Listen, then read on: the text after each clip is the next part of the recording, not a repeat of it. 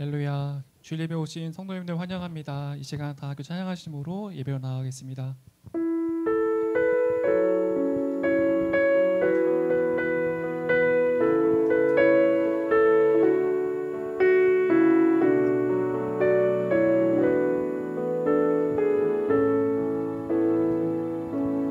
주의 보좌로 나아갑니다. 주의 얼굴을 바라봅니다. 두 손을 들고 겸비함으로 하나 되어 주께 나아갑니다. 주의 은혜에 목마릅니다. 주의 음성을 사모합니다. 두려워 말라 평안하라 강건하라 강건하라. 하늘의 문 열어주소서. 주의 능을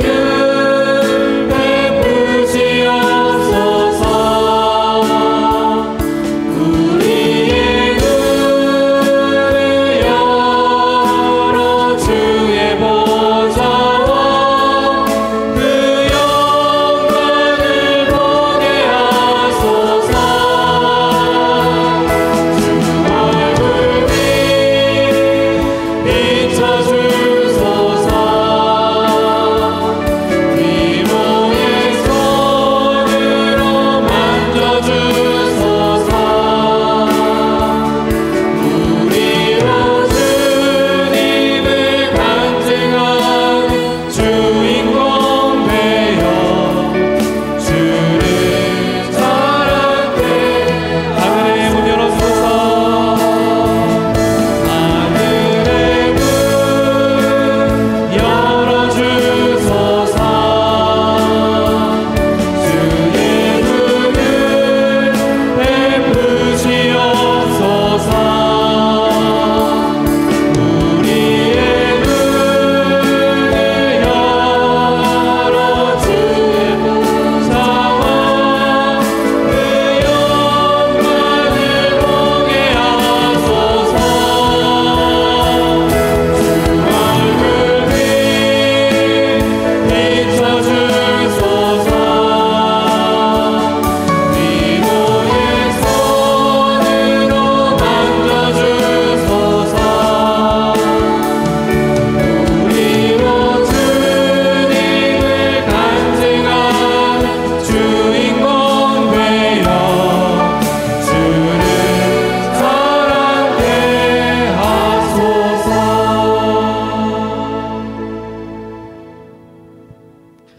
왕이신 하나님, 내가 주를 높이고 영원히 주의 이름을 송축하리이다. 내가 날마다 주를 송축하며 영원히 주의 이름을 송축하리이다. 아멘. 하나님 감사합니다. 이 시간 마음과 정성을 다하여 왕이신 하나님을 높여드립니다. 왕이신 하나님, 우리 예배를 기뻐 받아 주옵소서.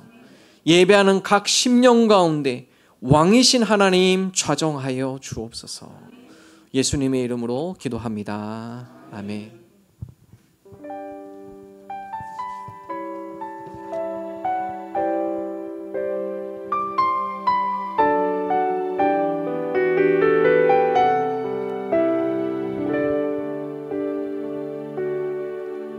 믿음과 삶을 살아내는 실력이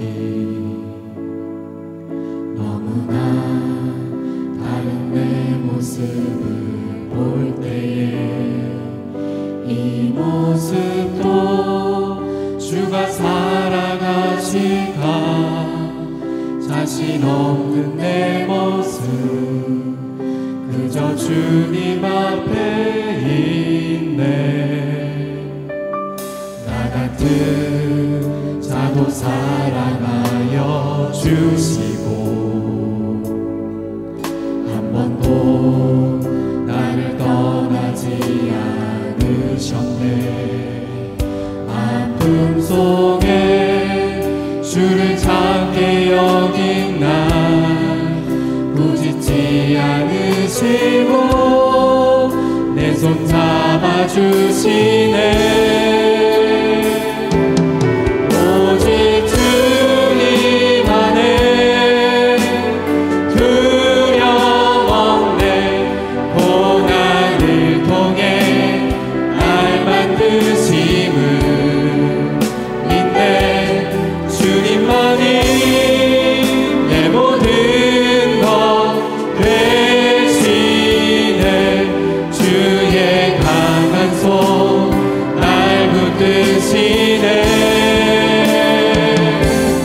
오직 주님 안에 소망 있네. 내 삶을 통해 영광 받으신 주님만이 내 모든 것 되시네. 주의 선하심 나 노래하네. 다시 한번 처음부터 고백하겠습니다. 영광 믿음과 삶을 살아내는 실력이 너무나 다른 내 모습을 볼 때에 이 모습도 주가 사랑하실까. 자신 없는 내 모습 그저 주님 앞에 있네. 나 같은 자도 사랑하여 주시고 한 번도 나를 떠나지 않으셨네. 아픔 속에 주를 찾게 여긴 날 부짓지 않으시고 내 손 잡아주시네. 오직 주님 안에 두려움 없네. 고난을 통해 날 만드심을 믿네. 주님만이 내 모든 것 되시네. 주의 강한 손 날 붙드시네. 오직 주님 안에 소망 있네. 내 삶을 통해 영광 받으신 주님만이 내 모든 것 되시네. 주의 선하심 날 노래. 오직 주님 안에 두려움 없네. 오직 주님 안에 두려움 없네. 고난을 통해 날 만드심을 믿네. 주님만이 내 모든 것 되시네. 주의 강한 손 날 붙드시네. 오직 주님 안에 소망 있네. 내 삶을 통해 영광 받으신 주님만이 내 모든 것 되시네. 주의 선하심 나 노래. 오직 주님 안에 소망 있네. 오직 주님 안에 소망 있네. 내 삶을 통해 영광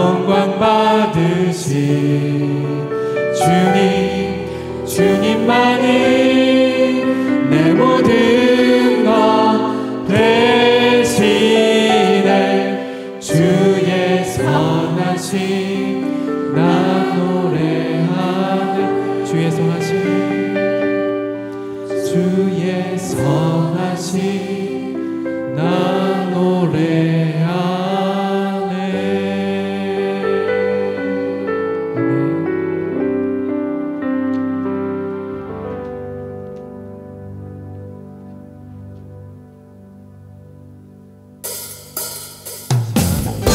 질문하겠습니다.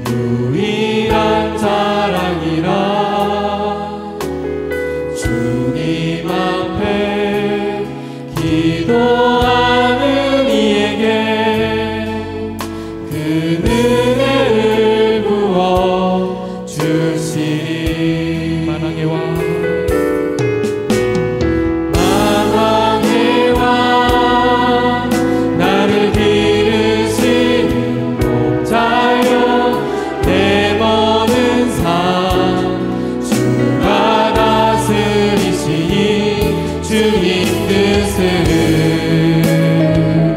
따르길 원하네. 오 주 한 분만 말하네. 주님만이 나를 아시네. 주님만이 나를 아시네. 내 모든 삶 주가 만지시네. 주님 앞에 예배하는 이에게 그 은혜를 부어 주시리. 주님만이 온 땅의 소망. 주님만이 온 땅의 소망. 내 삶 속에 유일한 사랑이라. 주님 앞에 기도하는 이에게 그 은혜를 부어 주시리. 만왕의 왕. 만왕의 왕 나를 기르시는 목자요. 내 모든 삶 주가 다스리시니 주님 뜻을 따르길 원하네. 오 주 한 분만 말하네. 만왕의 왕. 만왕의 왕 나를 기르시는 목자요. 내 모든 삶 주가 다스리시니 주님 뜻을 따르길 원하네. 오 주 한 분만 말하네. 주님만이 나를 아시네. 주님만이 나를 아시네. 내 모든 삶 주가 만지시네. 주님 앞에 예배하는 이에게 그 은혜를 부어 주시리. 그 은혜를 부어 주시리.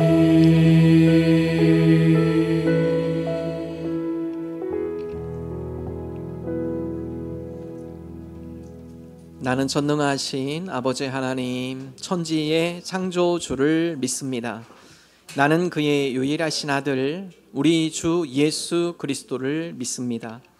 그는 성령으로 잉태되어 동정녀 마리아에게서 나시고 본디오 빌라도에게 고난을 받아 십자가에 못 박혀 죽으시고 장사된 지 사흘 만에 죽은 자 가운데서 다시 살아나셨으며 하늘에 오르시어 전능하신 아버지 하나님 우편에 앉아 계시다가 거기로부터 살아있는 자와 죽은 자를 심판하러 오십니다.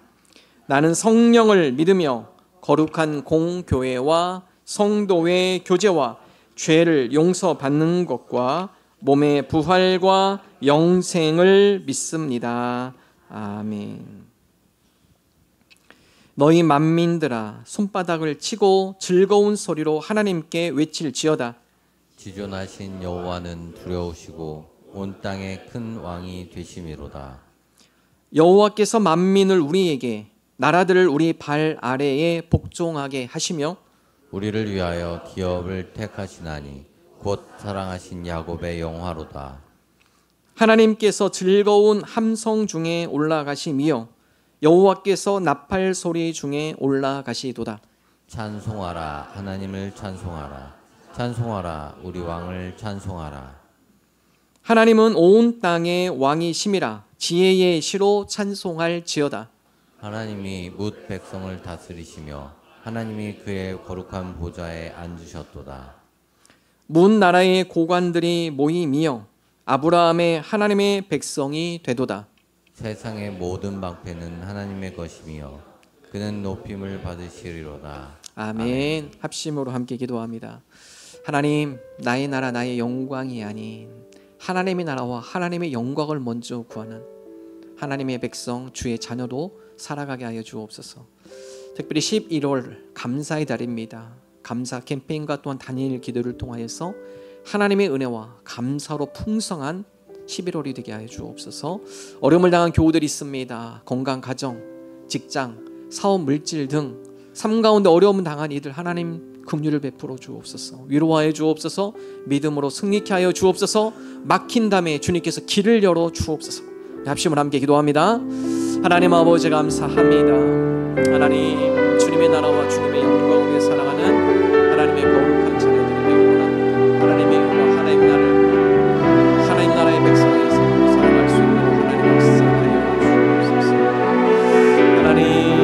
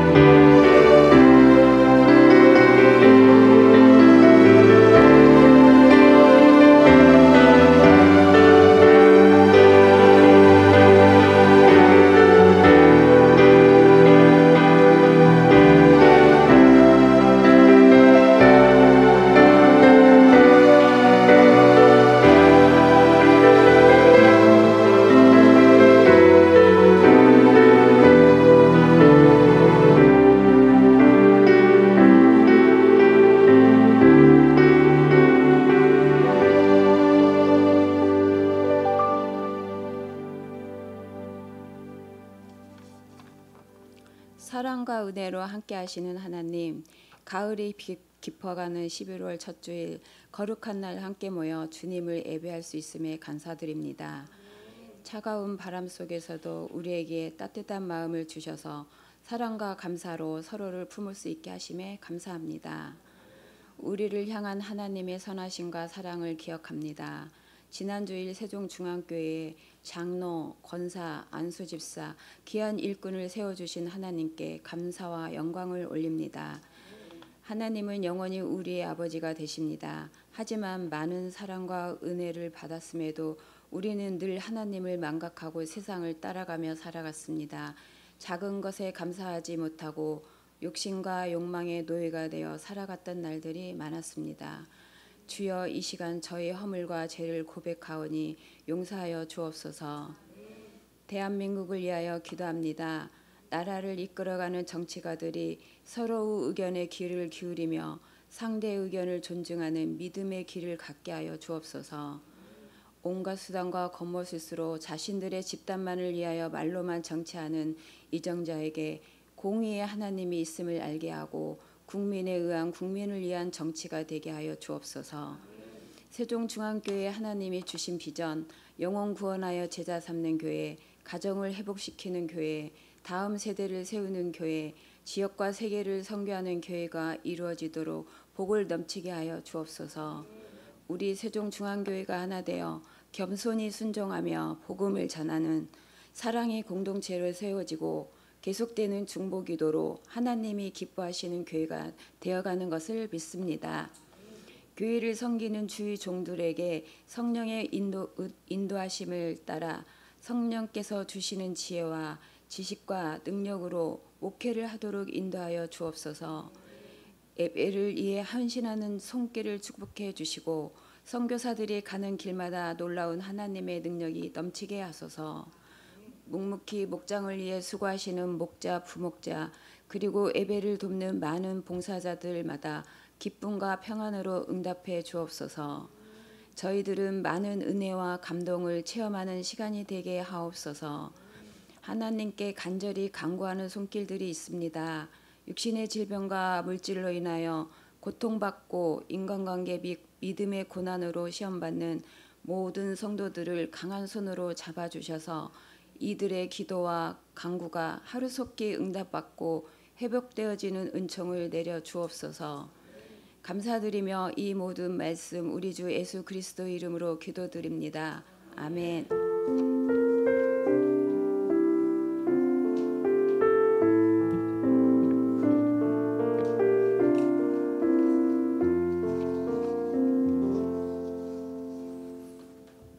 하나님의 말씀 디모데전서 1장 1절에서 11절 말씀 한 절씩 교독하겠습니다. 우리 구주 하나님과 우리의 소망이신 그리스도 예수의 명령을 따라 그리스도 예수의 사도된 바울은 믿음 안에서 참 아들된 디모데에게 편지하노니 하나님 아버지와 그리스도 예수 우리 주께로부터 은혜와 긍휼과 평강이 내게 있을지어다. 내가 마게도냐로 갈 때에 너를 권하여 에베소에 머물라 한 것은 어떤 사람들을 명하여 다른 교훈을 가르치지 말며 진화와 끝없는 족보에 몰두하지 말게 하려 함이라. 이런 것은 믿음 안에 있는 하나님의 경륜을 이룸보다 도리어 변론을 내는 것이라. 이 교훈의 목적은 청결한 마음과 선한 양심과 거짓이 없는 믿음에서 나오는 사랑이거늘 사람들이 이에서 벗어나 헛된 말에 빠져 율법의 선생이 되려 하나 자기가 말하는 것이나 자기가 확증하는 것도 깨닫지 못하는도다. 그러나 율법은 사람이 그것을 적법하게 쓰면 선한 것임을 우리는 아노라. 알 것은 이것이니 율법은 옳은 사람을 위하여 세운 것이 아니요 오직 불법한 자와 복종하지 아니하는 자와 경건하지 아니한 자와 죄인과 거룩하지 아니한 자와 망령된 자와 아버지를 죽이는 자와 어머니를 죽이는 자와 살인하는 자며 음행하는 자와 남색하는 자와 인신매매를 하는 자와 거짓말하는 자와 거짓 맹세하는 자와 기타 바른 교훈을 거스르는 자를 위함이니. 함께 읽습니다. 이 교훈은 내게 맡기신 바 복되신 하나님의 영광의 복음을 따름이니라. 아멘. 큰 도시의 어느 한 여행자가 도시 입구에 있는 길가에 앉은 한 노인에게 물어봅니다. 어르신, 이 도시의 사람들의 민심은 어떻습니까? 이 노인이 오히려 되물습니다. 젊은이, 혹시 여기 오기 전에 도시 사람들의 인심은 어땠소? 그 사람들 천박한 데다 믿을 놈 하나 없고 최악이었습니다. 노인이 대답합니다. 여기 사람들도 똑같을게요. 얼마 후 또 다른 여행자가 그 도시에 와서 노인에게 똑같은 질문을 했습니다. 노인은 이번에도 역시 그 여행자에게 이전에 들렸던 도시 사람들이 어땠는지 물었습니다. 그러나 두 번째 여행자는 다음같이 이야기합니다. 그 도시요, 사람들이 정직했고 성실했고 무엇보다도 너그러운 사람이 참 많았습니다. 노인이 대답합니다. 여기서도 좋은 사람을 많이 만날 수 있을게요. 존 맥스웰이 쓴 신뢰의 법칙에 나온 하나 일화의 이야기입니다. 존 맥스웰은 이를 렌즈의 원칙이라고 설명을 합니다. 즉 개인이 어떤 렌즈를 끼웠는지 그 렌즈로 사람들은 바라본다는 것이죠. 그래서 빨간 안경을 쓰게 되면 모든 것이 빨갛게 보이는 겁니다. 파란 안경을 쓰면 파랗게 보이는 거죠. 11월 감사의 달입니다. 여러분 감사의 렌즈를 쓰시기 바랍니다. 불평이 많으셨나요? 원망이 많으셨습니까? 짜증을 많이 내셨나요? 11월 한 달 하나님 추수감사절을 준비하며 이 한 달 우리가 감사의 렌즈를 끼고 우리가 감사의 관점과 시각으로 모든 걸 바라보길 원합니다. 하나님 우리 주변에 소소했던 것들, 그것들이 우리에게 얼마나 감사한 일들인지 우리가 감사를 발견하고 감사를 고백하고 또한 감사로 풍성한 이 11월 한 달이 되게 하여 주옵소서. 감사는 나누면 풍성해져요. 그래서 여러분 혼자만 하지 마시고 오늘부터 2주간 여러분 하루 3줄 감사일기, 여러분 목장 카톡방에 나누시고요. 더 나아가 여러분 팀사역 하시는 분들은 팀장 카톡방에도 나눠주십시오. 감사는 배우는 거예요. 아, 이분은 이런 여건 속에서도 이런 감사를 발견하는구나. 감사는 배움이에요. 다른 사람의 감사의 모습을 통해 감사를 발견하고 감사를 배우고 더 나아가 하나님 이 2주간의 우리의 습관이 우리 일상 속에서 감사가 습관화되어지는 그런 계기가 되어줄 수 있도록 감사가 풍성한 그런 11월 한 달이 되게 하여 주옵소서. 디모데 전후서 함께 말씀을 나눕니다. 여러분 디모데 전후서는 사도 바울이 디모데에게 쓴 편지예요. 디모데는 어떤 인물이었나? 여러분 사도 바울이 1차 선교 사역을 한번 우리가 되돌아가 보도록 하겠습니다. 지도를 보면 우리 사도행전 강해를 통해서 사도 바울이 1차 선교 사역을 함께 이야기를 나눴습니다. 사도 바울이 바나바와 함께 더불어서 1차 선교 사역을 할 때 안디옥에서 파송을 받아서 키프로스라는 섬을 지나서 버가라는 도시, 소아시아 지역을 먼저 선교를 하죠. 자, 첫 번째는 비시디의 안디옥 도시에 들렀고요. 두 번째는 이고니온, 세 번째는 루스드라. 여러분 이 루스드라에서 디모데의 외할머니 로이스와 그의 어머니 유니게를 만납니다. 사도 바울이 이곳에서 복음을 전하는데 그들이 예수님을 영접해요. 믿음의 가정으로 세워집니다. 더 나아가 그의 아들 디모데도 믿음의 사람이 됩니다. 자, 그리고 나서 사도 바울이 이 가정을 유심히 기억해 놓고요. 2차 선교사. 자, 1차 선교는 배를 타고 갔지만 2차 선교는 육지로 이동합니다. 다음 사진 보면 자, 2차 선교 사역입니다. 역시 이 안디옥에서 파송을 받아서 이제는 사도 바울의 고향인 다소를 지나서 더베, 루스드라 보이시죠? 루스드라. 이 루스드라에 도착합니다. 자, 여러분 1차 선교 사역했을 때 이 믿음의 결실을 맺었던 그 가정이요 성장을 많이 했어요. 믿음의 가정 가운데 튼튼히 자랐습니다. 특별히 디모데는 여기에서 사도 바울과 함께 선교 사역의 동역자가 돼요. 그래서 사도 바울이 디모데를 데리고 2차 선교 사역 때 디모데를 데리고 루스드라에서 디모데를 데리고 선교 사역을 함께 동참하게 됩니다. 여러분 이 당시의 나이가 대략 디모데가 20대 19살이나 20살 정도 추측을 하고 있어요. 자, 이렇게 해서 모든 선교 사역, 2차 선교 사역, 3차 선교 사역 또한 로마에까지 사도 바울이 로마 황제의 재판을 받으려고 로마로 가죠. 황제에게 항소했어요. 로마로 갑니다. 로마에까지 디모데가 함께 동역하는데 사도 바울이 로마의 감옥에서 잠깐 풀려나는 시간이 있습니다. 이때 다시 디모데와 함께 어디로 에베소로 이동을 합니다. 에베소로 이동을 해서 에베소에 디모데를 남겨놓고 사도 바울은 다시 로마로 갑니다. 그리고 로마에서 이제 처형을 당하죠. 여러분 사도 바울이 이 디모데를 에베소에 남겨놓고 디모데에 대한 여러 이야기를 듣습니다. 디모데로 하여금 이 에베소에 거짓 교사들이 들어왔다. 교인들을 혼란시킨다. 공동체 분열이 일어나기 시작했다. 여러분 여기에 대해서 사도 바울이 디모데에게 목회적 권면을 해주는 거예요. 그래서 디모데 전후서는 목회 서신이라고 합니다. 사도 바울이 목회자인 디모데에 신앙적으로 권면하고 공동체에서 그가 어떠한 역할을 해야 할 것이고 또 그 가운데 어떻게 믿음으로 나아갈지. 그래서 저는 목회자들이요 한 달에 한 번은 꼭 디모데 전후서를 많이 읽어요. 목회적으로 우리가 어떠한 자세와 어떠한 마음으로 어떠한 또한 믿음을 가지고 우리가 목회를 해야 하는가, 이 목회 서신이에요. 자, 오늘 디모데전 특별히 1장은요 사도 바울의 고백과 디모데를 향한 권면을 통해서 세 가지 교훈을 함께 나누고자 합니다. 첫 번째, 사명의 삶을 살아라. 여러분 사도 바울은요 사명의 삶을 살아간 하나님의 사람입니다. 자, 디모데전서 1장 1절 사도 바울은 단가지 500가죠. 함께 읽겠습니다. 우리 구주 하나님과 우리의 소망이신 그리스도 예수의 명령을 따라 그리스도 예수의 사도된 바울은, 자, 사도 바울은 분명한 정체성이 있어요. 무슨 정체이냐? 예수님께서 나를 부르셨고 나에게 사명을 맡기셨다. 어떤 사명? 사도라는 사명이에요. 이 사도는 뭐냐? 보냄 받은 자라는 뜻입니다. 내가 세상에 나가 하나님의 복음을 전한 건 내 의욕 가지고 한 것이 아니라 주님께서 나에게 명령하시기 때문에 그 명령에 따라 내가 사도로 부름을 받았다. 그래서 내가 가는 곳곳마다 이 명령에 따라 복음을 전하는 거다. 그래서 사도 바울은 분명한 정체성이 있습니다. 정체성이 있었고 내가 어떻게 살아야 할지 주님으로 예수님으로부터 명령을 받은 사명자의 삶을 살아갔습니다. 특별히 여기서 이 사명, 명령이란 뜻은요 헬라어로는 카이, 에피타젠 이런 단어를 쓰는데요 왕이 명령할 때는 단어예요. 여러분 왕이 명령하면 그 명령을 받은 사람은 어떻게 해요? 그 명령을 수행하기 위해서 목숨을 지키는 겁니다. 우리 공무원들 많이 계신데요. 대통령이 여러분 불러서 특별히 임무를 줬어. 이러면 어떻게 하시겠어요? 시간이 되면 하고 시간이 안 되면 못하고 이럽니까? 아니죠. 어떻게 해서라도 그것을 수행하기 위해서 노력하실 거예요. 사도 바울은 예수님의 명령, 이건 왕의 명령입니다. 그러므로 사도 바울이 어떤 사역을 하는데 힘든 일이 많아요. 강도의 위험도 당하고요. 아까 그 산맥 1차 선교하면서 소아시아 산맥을 할 때 강도하게 다 털리고요. 배를 타고 가면서 파손의 위협을 당하고요. 배고픔, 헐벗음, 다른 사람들에 대한 핍박, 여러 어려움이 있죠. 자, 그럼에도 불구하고 사도 바울이 이것을 이겨낼 수 있었던 것은 분명한 사명이 있었기 때문에 그렇습니다. 그러므로 우리가 사명을 갖고 사는 삶은 복된 삶이에요. 사명을 갖고 살아가는 삶은요, 주님께서 함께 하시고 주님께서 인도하시고 주님께서 보호하심을 체험하는 은혜의 삶, 간증의 삶이 되어지는 것입니다. 오늘날 우리 모든 성도들, 여러분 직분에 감사하십시오. 직분을 마음을 다하여 정성을 다해 이 직분을 지키며 이 직분대로 살아갈 때 하나님께서 도와주세요.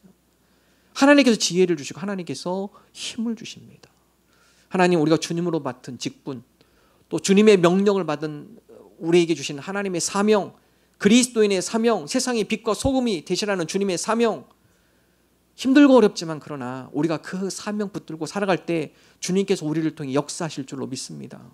주님께서 우리에게 능력으로 함께 하실 줄로 믿습니다. 주님께서 우리를 보호하시고 우리와 함께 하시는 그 주님을 우리가 체험할 줄로 믿습니다. 그래서 사명자가 주님의 은혜를 체험하는 거예요. 성경에 보면 바나바, 디도, 디모데 모두 다 사도라는 말을 씁니다. 사도. 하나님, 예수님으로부터 명령을 받은 하나님의 사명자. 특별히 여러분 디모데는요, 리더로 세우기에 부족한 부분이 많은 사람이었습니다. 세 가지가 여러 가지 리더로서 세움받기 어려운데, 첫 번째는 연소함, 나이 어려요. 사도 바울이 에베소에서 편지를 받은 그 나이대가 대략 35세, 20살 때 사도 바울과 동역자로 함께 선교 사역을 14, 15년 후에 에베소에서 사도 바울로부터 디모데 전 후서를 받아요. 그때 대략 나이가 35세. 바울이 이 마게도냐 에베소에 있는 교회에 사도 디모데를 영적 리더로 세웁니다. 여러분 그 당시에 대부분 리더는요, 연장자입니다. 그래서 엘더, 장로라고 하죠. 대부분 인생의 경륜이 많으신 분들, 지식도 있으시고, 여러분 그분들이 리더가 되는데 35살 되는 젊은이가 와서 한 공동체의 리더가 된다는 거, 리더십을 발휘하기가 쉽지 않아요. 그러나 사도 바울이 그를 리더로 세웁니다. 에베소 교회 공동체의 리더로 세워요. 젊은 나이에 리더십을 발휘하기가 쉽지 않은 그런 약점이 하나 있었습니다. 자, 둘째, 디모데는 기질적으로 수줍은 사람이었어요. 남 앞에 나서는 걸 되게 두려워했어요. 여러분 영적 지도자면 어떻게, 설교도 앞에 나가서 해야 하고 또 리더로서 많은 공동체를 이끌려면 담대함이 있어야 돼요. 그러나 내성적이고 수줍음이 많은 사람이었습니다. 사도 바울이 오죽하면 고린도 교회에 디모데가 고린도 교회를 방문할 때 디모데가 많이 수줍어한다. 그러니까 그에게 좀 용기를 북돋아주고, 또 그로 하여금 두려움 없이 그 가운데 너희 가운데 있을 수 있도록 너희들이 배를 하면 좋겠다. 그래서 고린도전서 10장 16장 10절에 보면 디모데에게 오면 조심하여 그로 두려움이 없이 너희 가운데 있게 해라. 소심한 그런 성격의 소유자였습니다. 세 번째, 소심할 뿐만 아니라 믿음의 확증, 격려, 재확신이 계속 필요한 자. 그 디모데 후서에 보면 그리스도를 부끄러워하지 마, 디모데에게 얘기해요. 더 나아가 우리에게 주신 것은 두려워하는 마음이 아니라 능력과 사랑과 절제다. 소심하면서도 때로는 마음속에 늘 믿음이 흔들렸고 확신이 흔들렸고, 그래서 사도 바울이 계속적으로 그를 권면하며 그의 믿음을 세워주고 그의 마음속에 격려해주고 믿음의 확증, 재확신을 시켜주고 그랬습니다. 더 나아가 그는 육체적으로 연약한 사람이었어요. 그래서 사도 바울이 뭘 하느냐, 위장병 때문에 디모데가 많은 고생을 해요. 음식을 잘 못 먹고 체하고 소화가 안 되고, 그래서 사도 바울이 뭐라 하느냐, 디모데전서 5장 23절에 보면 이제부터는 물만 마시지 말고 내 위장과 자주 나는 병을 위하여 포도주를 조금씩 쓰라. 네 위장, 그 가운데 자주 나는 병, 그래서 그런 부분에서 포도주를 쓰라. 어떤 분은 목사님 술 먹어도 되냐겠네, 성경이 이렇게 써 있네요. 어떤 분이 이걸 근거로 해가지고 목사님 술 마셔도 되죠 얘기하시는데, 약으로 쓰라는 겁니다. 본인이 알코올 이렇게 즐기라는 얘기가 아니라 디모데가 위장이 안 좋으니까 조금씩 포도주를 써서 너희의 위장을 고칠 수 있도록 해라. 여러분 디모데는 연소했고 수줍음을 탔으며 고약한 사람이었어요. 이 세 가지는 지도자로서 약점입니다. 그러나 이 약점 때문에 디모데는 더욱 예수 그리스도를 의지했고 그 은혜로 강하게 되었어요. 디모데 후서 2장 1절 함께 읽어보겠습니다. 내 아들아, 그러므로 너는 그리스도 예수 안에 있는 은혜 가운데서 강하고. 디모데에게 영적 리더십을 주죠. 사명을 줍니다. 근데 주님께서는 사명을 줄과 동시에 또 다른 은혜를 주세요. 사명을 감당할 수 있는 힘을 주세요. 그 약점을 주님께서 강하게 하세요. 그래서 사명 따라 살아가는 자에게 주님의 능력이 나타나요. 여러분, 바울도 똑같은 고백이에요. 자기의 연약함을 고백합니다. 그러나 사도 바울이 뭐라고 하죠? 약함 때 강함 되시는 주님의 능력을 체험하는 거예요. 고린도후서 12장 9절 함께 읽겠습니다. 나에게 이르시기를 내 은혜가 내게 족하도다. 이는 내 능력이 약한 데서 온전하여 짐이라 하신지라. 그러므로 도리어 크게 기뻐함으로 나의 여러 약한 것들에 대하여 자랑하리니 이는 그리스도의 능력이 내게 머물게 하려 함이라. 주님, 전 부족한 게 많아요. 저는 연약한 사람입니다. 저는 그 직분 감당할 사람이 아닙니다. 여러분, 이렇게 말하지 말라는 거예요. 그 약점을 누가 채워주신다고요? 주님이 채워줍니다. 연약한 곳에서 주님께서 그 가운데 그걸 감당할 수 있는 은혜를 주시는 거예요. 주님, 우리가 주님께 주신 사명, 직분, 때로는 내가 연약하게 느껴지는 것도 있고 부족한 것도 많은 것 같고, 그렇지만 우리가 직분, 사명 따라 살아갈 때 부족함은 채워주시고 약점은 강하게 해줄 줄로 믿습니다. 디모데전서 1장 12절 바울의 또한 고백인데요. 함께 읽습니다. 나를 능하게 하신 그리스도 예수 우리 주께 내가 감사함은 나를 충성되이 여겨 내게 직분을 맡기심이니. 직분 맡기기 전에 어떻게 하신다고요? 나를 능하게 하세요. 능하게 하세요. 주님 우리에게 사명만 주시지 않으세요. 그 사명을 감당할 수 있는 힘과 지혜와 능력도 우리에게 주세요. 사명 따라 살아갈 때, 주님의 말씀 명령에 순종하며 살아갈 때 주님께서 그와 함께 한다고 약속하시죠. 여호수아에게 주신 약속의 말씀이에요. 여호수아 1장 9절 함께 읽습니다. 내가 내게 명령한 것이 아니냐. 강하고 담대하라. 두려워하지 말며 놀라지 말라. 네가 어디로 가든지 내 하나님 여호와가 너와 함께 하느니라 하시니라. 여러분, 서두에 뭐라고 합니까? 내가 명령한 거, 그 내가 이미 다 명령했지 않느냐. 이 명령하고 네가 이 명령대로 살아갈 때 어떻게 한다고요? 마지막 부분, 내 하나님 여호와가 너와 함께 해주신다. 그래서 주님의 사명에 따라, 주님의 말씀을 붙들고 그 명령에 따라 살아가는 삶은요, 은혜를 체험하는 삶이에요. 하나님의 함께 하심을 삶 가운데 체험하는 삶입니다. 하나님, 주님께서 우리에게 주신 직분, 주님께서 우리에게 명령하신 것, 주님께서 우리에게 주신 사명, 하나님, 우리가 이런 사명자의 삶을 살아가게 하여 주옵소서. 주님의 은혜를 맛보게 하여 주옵소서. 주님이 우리와 함께 하심을 체험하는 믿음의 사람들이 되게 하여 주옵소서. 두 번째, 다른 교훈을 주의하라. 사도 바울은 디모데에게 에베소 교회 가운데 여러 가지 거짓 교훈들, 이런 에베소 교회에 여러 거짓 교사들이 침투해 들어옵니다. 그리고 에베소 교회 공동체를 흔들기 시작해요. 그들을 혼란에 빠뜨리기 시작하고 논쟁을 하게 만들고, 그로 인해서 교회의 공동체가 서로 분열하고 갈라지게 합니다. 이 소식을 듣고요, 사도 바울이 디모데에게 권면해요. 다른 교훈을 가르치지 않도록 네가 그 가운데 통제해라. 그리고 성도들이 그런 것들에 휘둘려서 서로 논쟁하고 다투고 분열되지 않도록 네가 그걸 제지해야 한다. 다른 교훈을 주의해라 얘기를 하죠. 디모데전서 1장 3절 함께 읽습니다.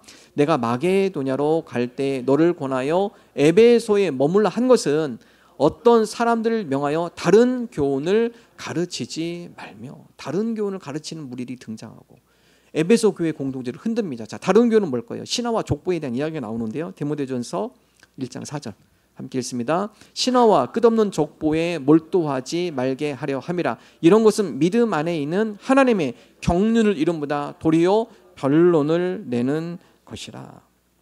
하나님의 말씀보다 인간의 신화, 족보, 이러한 가르침, 이런 것에 교회 공동체 성도들이 그 가운데 서로 토론하고 논쟁하지 않도록 하나님의 말씀을 중심적으로 가르쳐야 한다.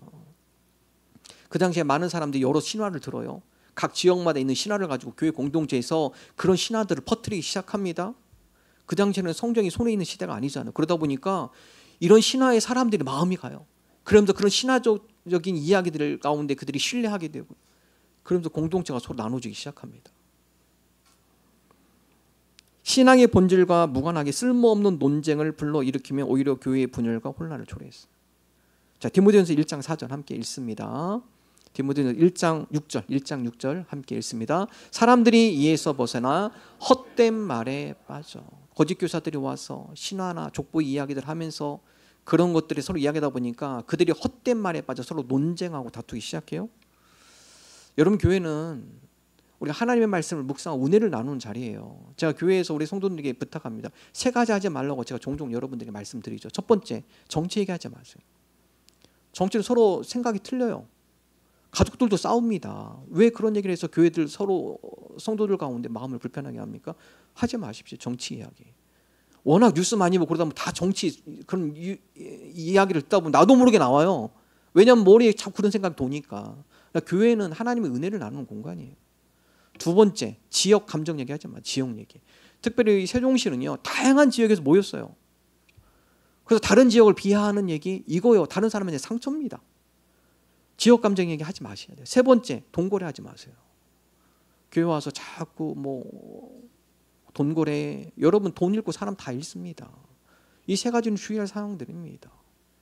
여러분, 교회는 하나님의 은혜의 말씀을 나누는 곳이에요. 내가 받는 은혜를 간증하는 곳입니다. 서로 격려하고 위로하는 곳이에요. 논쟁하는 곳이 아닙니다.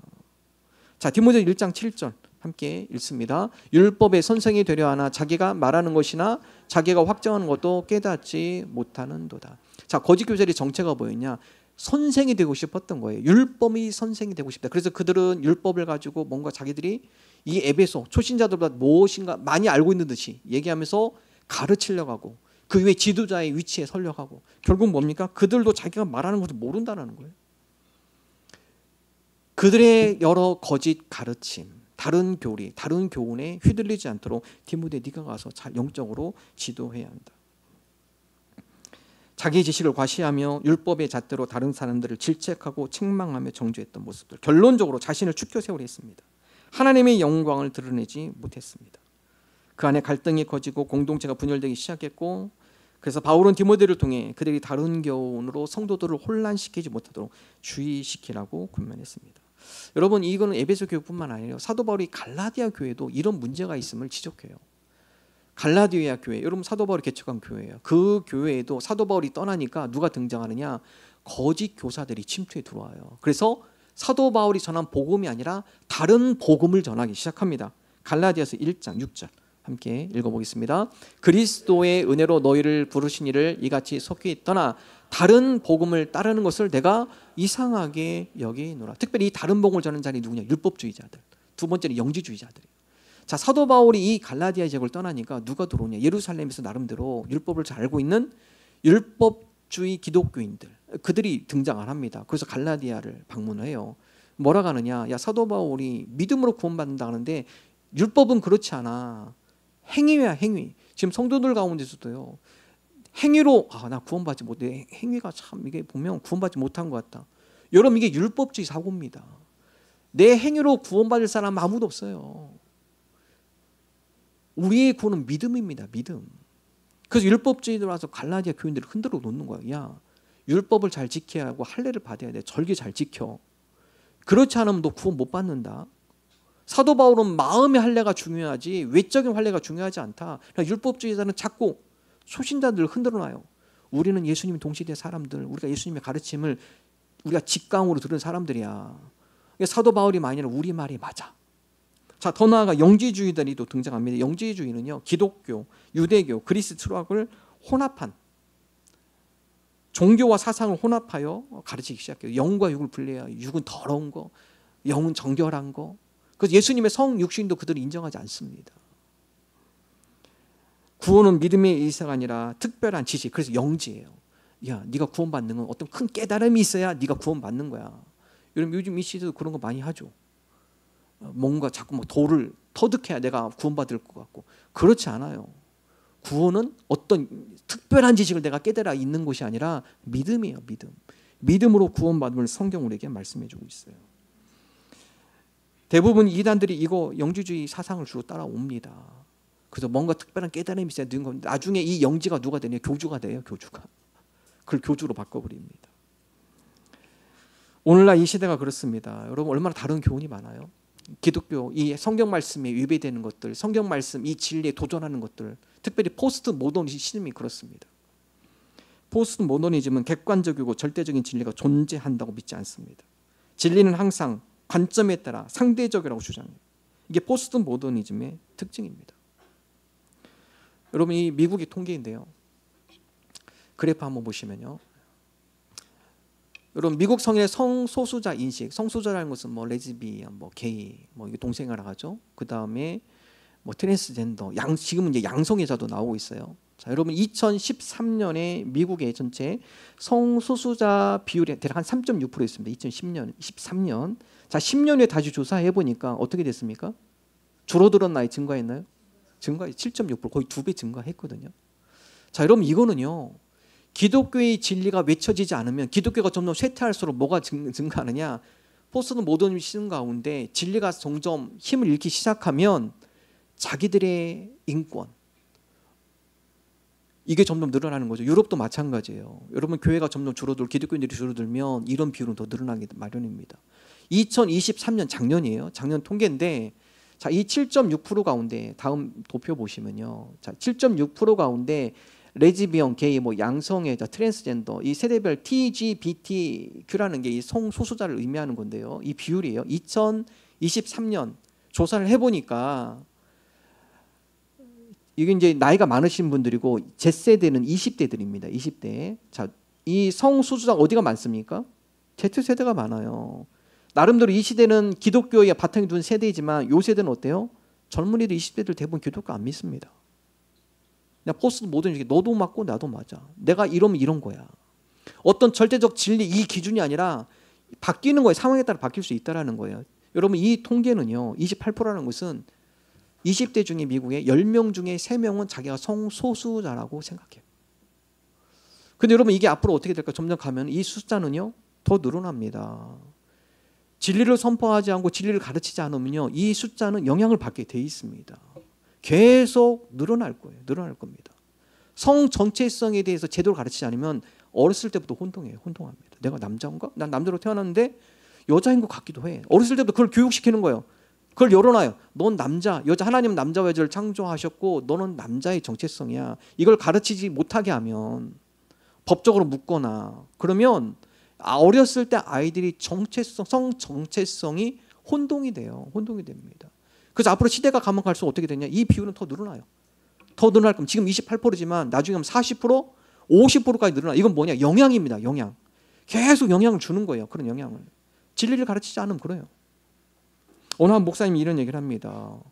한 여성도가 아들을 데리고 왔어요. 건강한, 건장한 청년이에요. 등치도 크고. 근데 손을 붙잡고 목사님께 왔는데 목사님 기도해 주세요. 근데 이 아이에 와보니까 아이가 머리가 길어요. 손을 보니까 여성들 그 매니큐어 이게 플라스틱 붙이는 거죠. 손에. 아기장이 분홍색. 그걸 붙이고 이렇게 왔어요.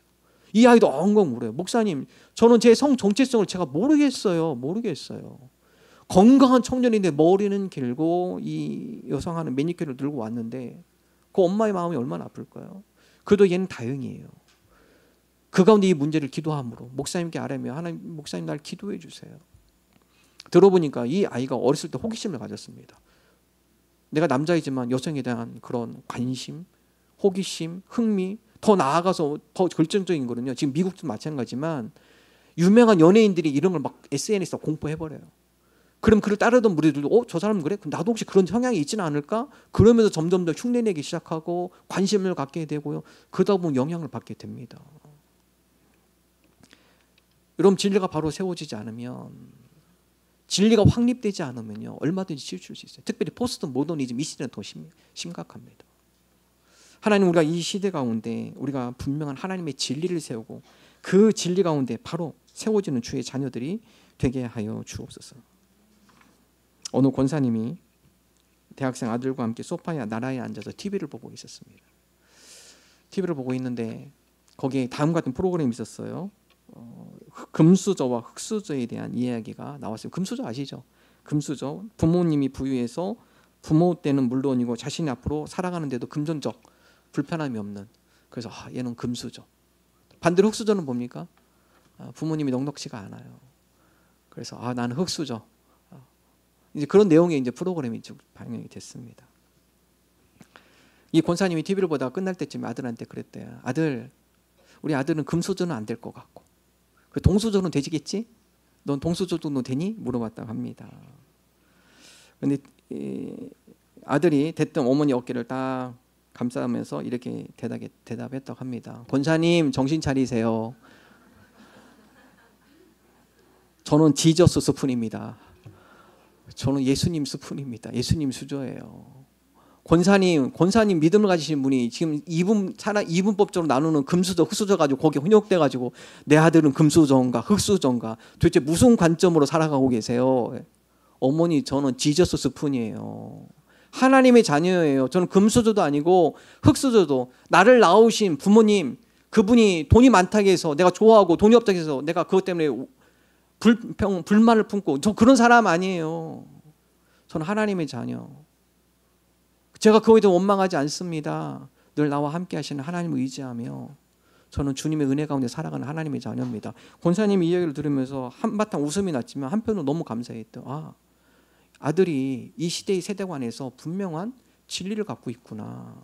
얘가 분명한 진리의 필터를 갖고 그 가운데 분별하면서 살아가는구나. 여러분 오늘 이 시대가 이게 필요해요. 하나님 우리로 하여금 이 시대 가운데 포스트 모더니즘 주변에 여러 영향을 받는데 그 가운데 분별력을 갖게 해주옵소서. 받아들일 건 받아들이지만 그러나 하나님의 진리에 위배되는 것들은 우리가 걸러내게 하여 주옵소서. 여러분 사람의 신장이에요. 100만 개가 되는 네프론이 신장이 있다고 그래요. 신장은 어떤 역할이죠? 피가 들어오면 그 가운데 찌꺼기 걸러내고 좋은 건 흡수하고. 근데 이 역할을 하는 게 뭐냐? 이 신장에 달려있는 네프론이 이 역할을 하는 100만 개가 있대요. 그래서 그 가운데 몸에 흡수할 거 받아들이고 안 좋은 것은 소변으로 다 배출시켜버립니다. 근데 만약 이게 고장나면 어떻게 될까요? 건강이 치명타입니다. 치명타예요. 여러분 오늘날 우리가 이 하나님의 진리의 필터를 갖고 작동해야 합니다. 주님의 말씀의 필터를 우리가 작동하게 되어서 그 가운데 우리가 받아들일 것과 진리에 위배되는 것을 구분하게 하여 주옵소서. 하나님의 진리에 위배되는 것들은 우리가 받아들이지 않고 그 가운데 하나님의 뜻과 하나님이 기뻐하시는 하나님의 진리에 합당한 것들을 우리가 받아들일 줄 아는 지혜로운 하나님의 자녀로 살아가게 하여 주옵소서. 자, 세 번째, 선교적 삶을 살아라. 디모데전서 1장 11절 함께 읽겠습니다. 이 교훈은 내게 맡기신 바 복되신 하나님의 영광의 복음을 따름이니라. 자, 사도 바울은요. 하나님의 영광의 복음, 내가 그것을 따르며 내가 살아간다. 즉 선교적 삶을 고백하고 있습니다. 여러분 사도 바울은 원래 예수님을 핍박하던 자죠. 그래서 여러분 바울이기 전에 그는 사울이라는 이름을 가졌습니다. 예수님을 핍박한 자. 특별히 대제사장의 공문을 가져가지고요. 이 다메섹의 기독교인들이 있다 하니까 그들을 잡아들이려고 방문합니다. 이 대제사장의 공문이 공신력이 있어요. 그래서 유대인들은 대제사장의 공문을 보여주면서 네가 예루살렘으로 와야겠다. 그럼 반드시 가야 돼요. 다메섹에 가서 그리스도인들이 있다니까 이 대제사장 공문 받아가지고 전부 다 남자든 여자든 다 잡아들이겠다. 살기가 등등해서 다메섹으로 가는 가운데 갑자기 강한빛이 비칩니다. 너무 강해서 시력을 상실해요. 땅에 엎드러집니다. 근데 거기에 또 소리까지 들려요. 사울아! 사울아, 너는 왜 자꾸 나를 핍박하냐? 누구십니까? 보이지 않고 음성은 듣는데 도대체 누구십니까? 예수님께 당같이 얘기하죠. 나는 네가 핍박하는 예수다. 지금 일어나서 다메섹 성 안으로 들어가라. 너를 맞이할 준비된 자를 내가 마련해 놓았다. 그리고 사람들이 이끌려서 성 안에 들어가니까 아나니아라는 제자를 주님께서 준비하셔서 그를 만나게 합니다. 자, 아나니아를 통해서 이 사울이라는 사람이 앞으로 어떤 일을 할 것인지 주님께서 이 아나니아를 통해 말씀하죠. 사도행전 9장 15절 함께 읽겠습니다. 주께서 이르시되 가라, 이 사람은 내 이름을 이방인과 임금들과 이스라엘 자손들에게 전하기 위하여 택한 나의 그릇이라. 내 이름을 이방인과 임금들과 이스라엘 자손들에게 전하기 위하여 택한 나의 그릇이다. 사도 바울, 그는 이방인에게 복음을 전하는 삶. 그래서 여러분 사도 바울이 이 사명을 갖고요, 목숨을 다 바쳐서 그가 평생 하나님의 복음을 전하죠. 자, 사도행전 20장 24절 함께 읽어보겠습니다. 내가 달려갈 길과 주 예수께 받은 사명 곧 하나님의 은혜의 복음을 증언하는 일을 마치려 하면은 나의 생명조차 조금도 귀한 것으로 여기지 아니하노라. 사도 바울이 이 사명을 갖고 선교적 삶을 살아가요. 그 선교적 삶을 살아가면서 그의 생명조차 조금도 귀한 것으로 여기지 않는다. 여러분 바울만 그럴까요? 예수님께서 이미 승천하기 전에 제자들과 많은 무리에게 다음같이 대위임 명령, 마지막 명령을 선포합니다. 마태복음 28장 19절 20절 함께 읽습니다. 그러므로 너희는 가서 모든 민족을 제자로 삼아 아버지와 아들과 성령의 이름으로 세례를 베풀고 내가 너희에게 분부한 모든 것을 가르쳐 지키게 하라. 볼지어다 내가 세상 끝날까지 너희와 항상 함께 있으리라 하시니라. 여러분, 예수님께서 마지막 승천하실 때 제자들 또 예수님과 함께 있던 그들에게 명령한 말씀이에요. 아무거나 얘기하실까요? 가장 중요한 걸 얘기했기 때문에 신학적으로 이것을 대위임 명령, 가장 중요한 예수님의 명령이라고 표현하고 있어요. 대위임 명령이다. 뭐라고 얘기하죠? 너희는 모든 민족, 모든 족속을 제자로 삼아 세례를 베풀라. 이건 뭐예요? 하나님의 복음을 전하는 그런 선교적 삶을 살아라. 그래서 예수님을 따르는 모두에게 선교적 삶은 사명이에요. 주님, 우리가 이 시대를 살아가면서 주님을 따르는 삶, 주님의 대위임 명령을 순종하며 살아가기를 원합니다. 우리가 선교적 삶을 살아가는 주의 자녀들이 되게 하여 주옵소서. 하나님은 모든 사람의 구원받기를 원하세요. 디모데전서 2장 4절 함께 읽겠습니다. 하나님은 모든 사람이 구원을 받으며 진리를 아는 데 이르기를 원하시는, 이게 하나님의 소원이에요. 하나님, 우리가 선교적 삶, 주님의 복음을 전하는 그런 선교적 삶을 살아가는 주의 자녀들이 되게 하여 주옵소서. 지난 금요일 다니엘 기도의 첫 번째 강사로 김문호 목사님이 말씀을 전해 주셨습니다. 여러분 꼭 한번 들어보십시오. 너무나 은혜를 많이 받았습니다. 저는 김문호 목사님 말씀하시는 가운데 되게 큰 도전이 됐던 말씀은, 성도가 언제 하나님의 능력을 체험하는가? 성도가 언제 하나님의 일하심, 하나님의 역사하심을 체험하는가? 복음을 전할 때입니다. 신앙생활 오래 있대서 하나님의 능력, 하나님의 일하심 체험하는 거 아니에요? 복음을 전할 때요. 선교적 삶을 살 때입니다. 그때 하나님의 강력한 능력, 하나님의 살아계심, 하나님께서 저 영혼을 움직이시고 하나님께서 저 영혼 가운데 구원의 선물을 주시는 하나님의 놀라운 역사하심을 체험하게 됩니다. 선교적 삶을 살지 않으면 신앙생활 오래 해도요, 하나님의 권능과 능력은 삶 가운데 잘 체험되지 않아요.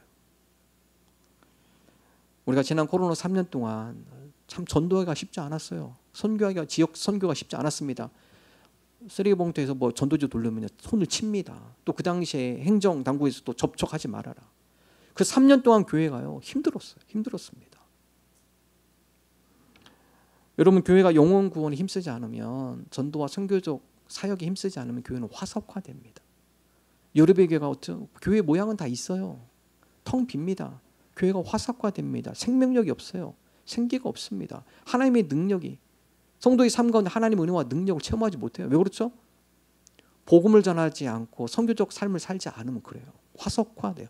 딱딱하게 굳어요. 생명력이 없습니다. 선교적 교회가 되어야 합니다.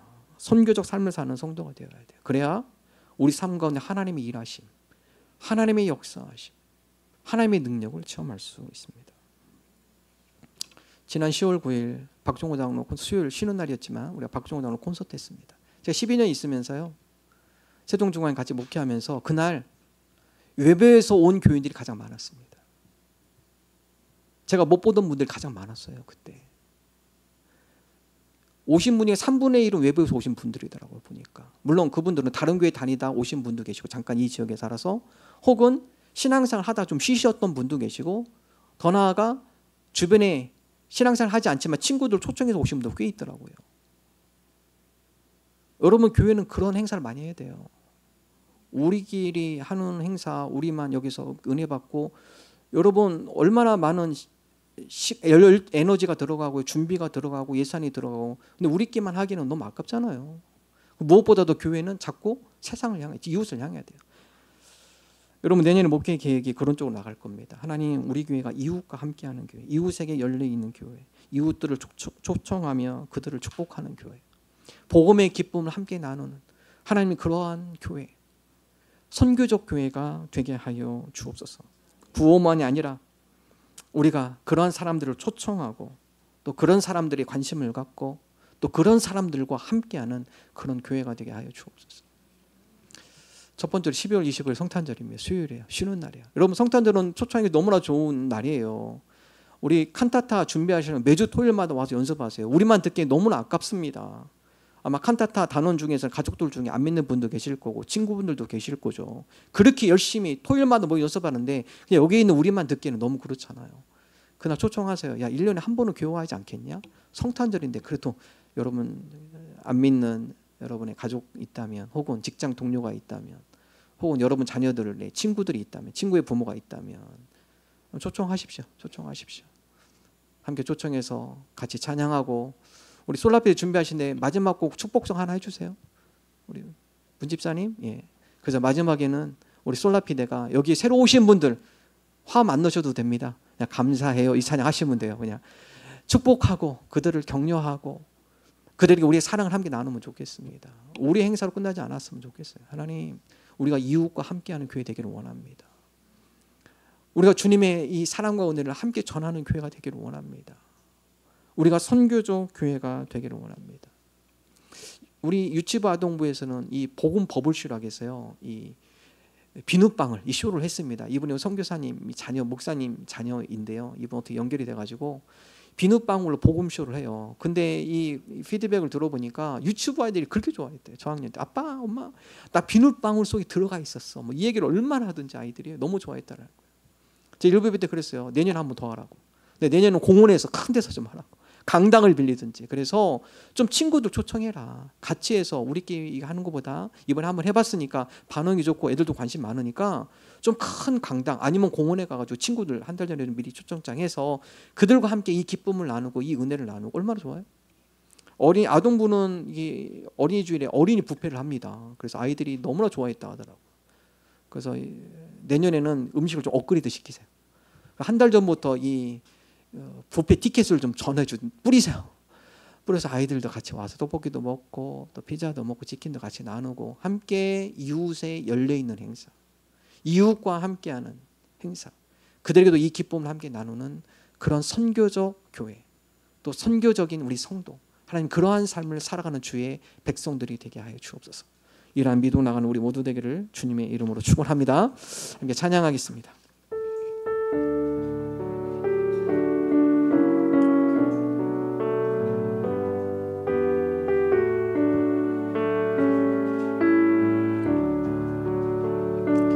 눈을 들어 하늘 보라.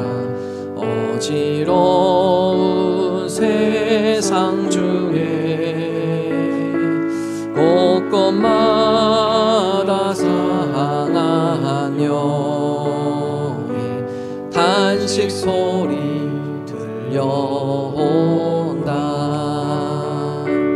빛을 많은 사람 길을 잃고 헤매이며 강자처럼 기지라니 믿는 자여 어이할고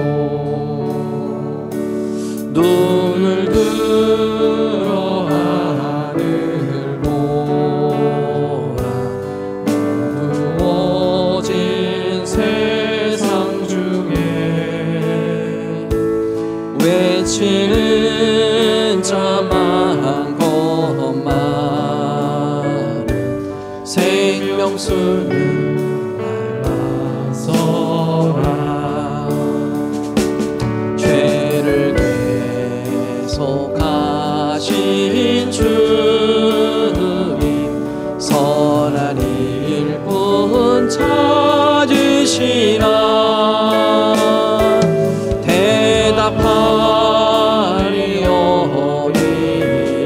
대답하리오리이다. 믿는 자여 이알고 눈을 들어 하늘 보라. 살아계신 주 하나님 약한 자를 부르시며 하늘 뜻을 전하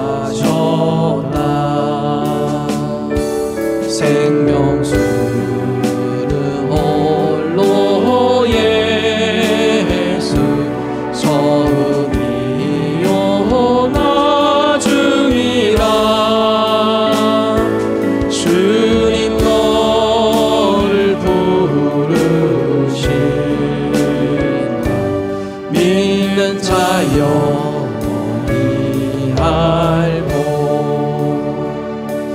눈을 들어 하늘을 보라 다시 사신 그리스도 만 백성을 사랑하사 오래 참고 기다리죠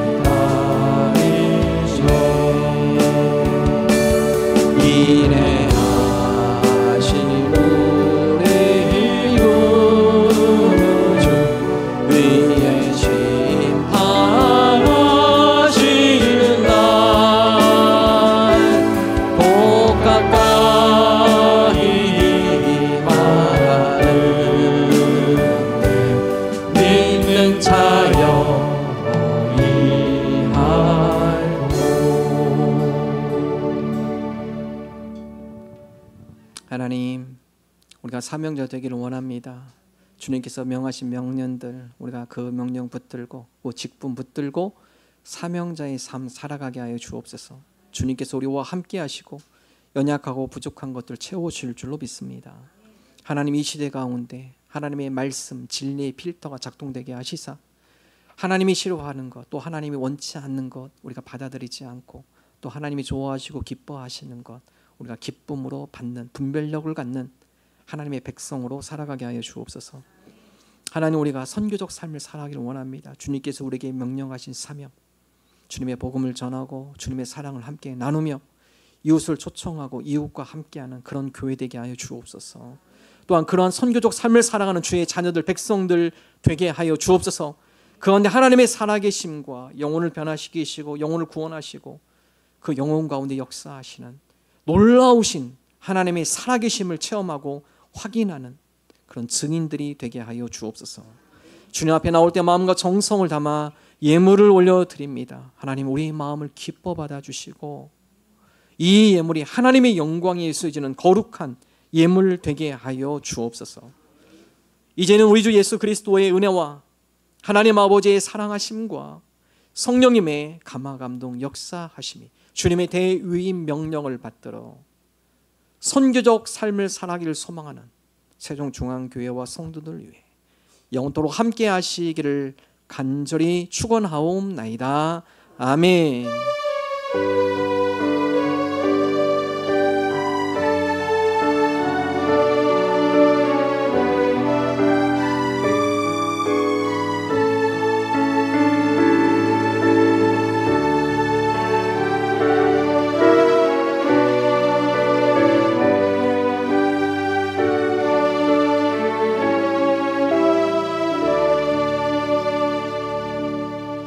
감사합니다. 우리 앞뒤 좌우 인사 나눕니다. 반갑습니다. 반갑습니다. 주일 예배 오신 모든 분들을 주님의 이름으로 환영합니다.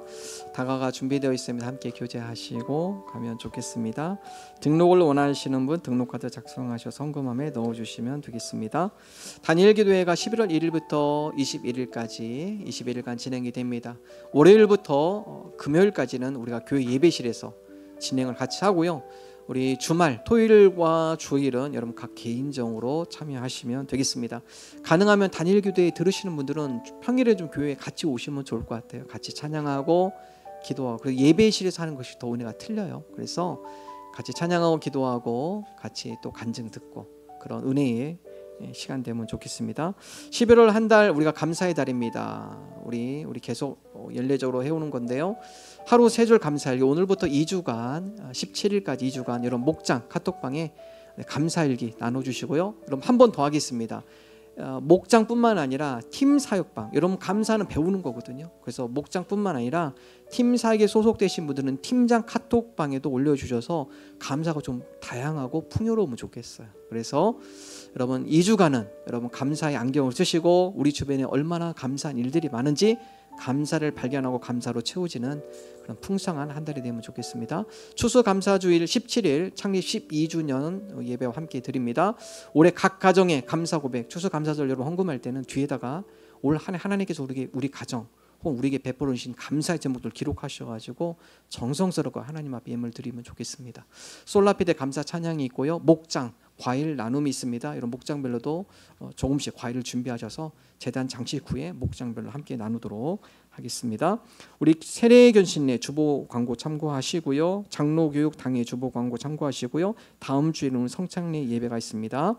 오늘 강창부 장로님, 양만구 권사님이 장로와 권사 인직에 감사하며 떡을 대접합니다. 감사합니다. 우리 다음 주일 교회 봉사 요르단 목장입니다. 우리 하나님 앞에 영광의 박수 올려드립니다. 감사합니다.